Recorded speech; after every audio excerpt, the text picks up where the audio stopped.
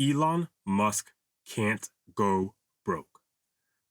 We have seen a recent wave of protests, and while these people may feel good seeing Tesla stock take a dive back to its pre-election levels, Elon Musk can't go broke. This has nothing to do with whether I like Elon Musk or you like Elon Musk.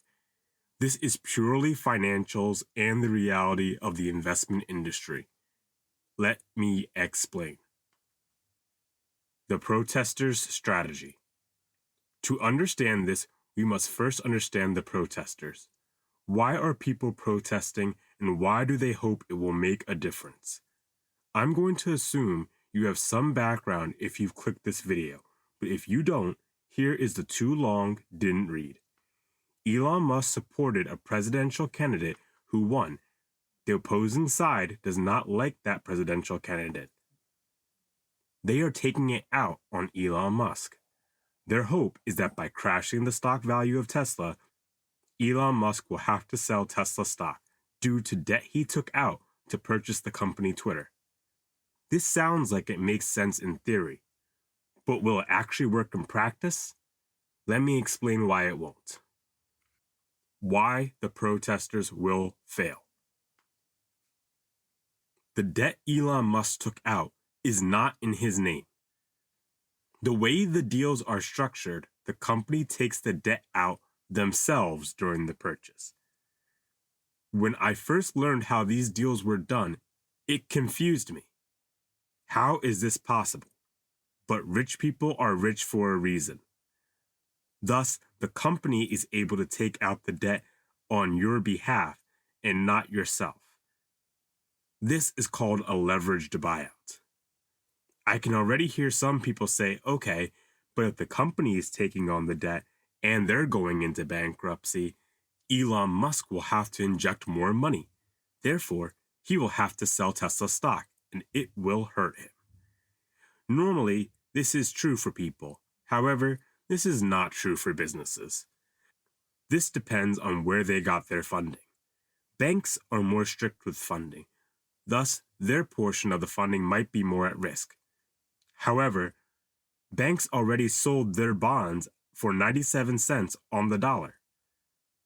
Therefore, the only lenders remaining for Tesla are private credit. Private credit is a much more friendly lender.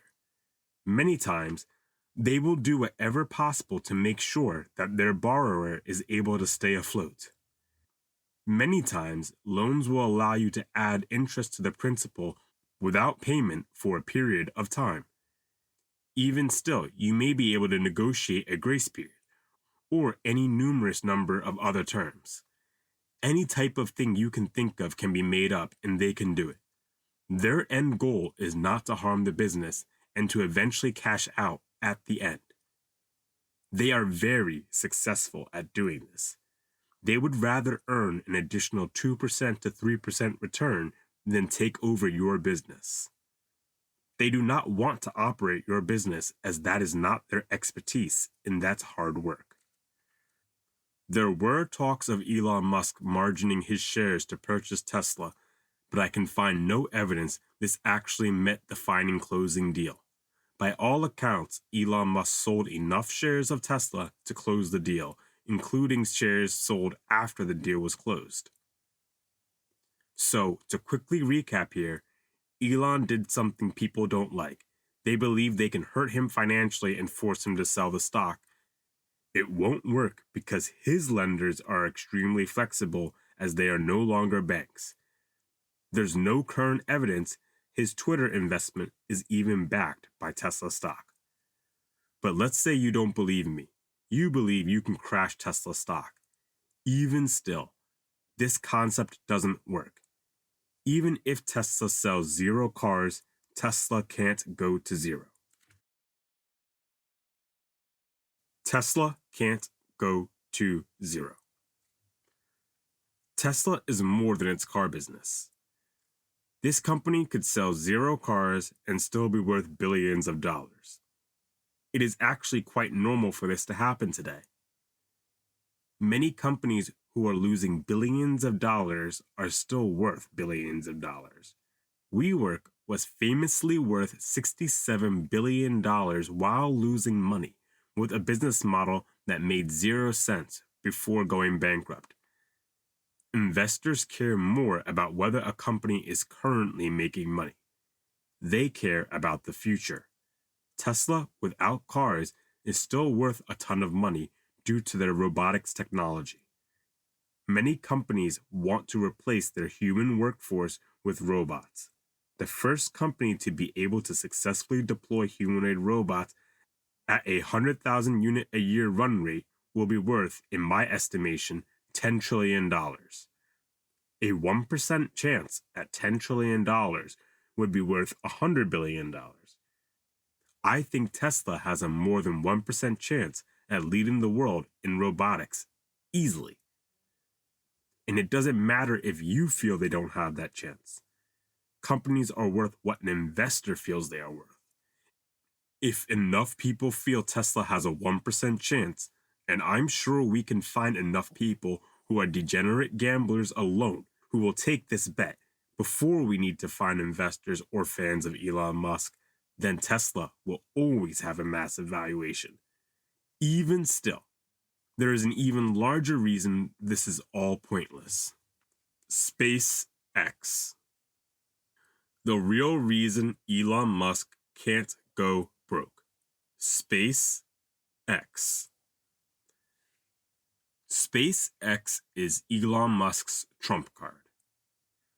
There is a lot of focus on Tesla, but SpaceX is worth approximately $350 billion, with Elon Musk owning approximately 50% of the company. Even if you were able to take out Tesla completely, the man would still be among the richest men in the world and would be able to handle any financial issue.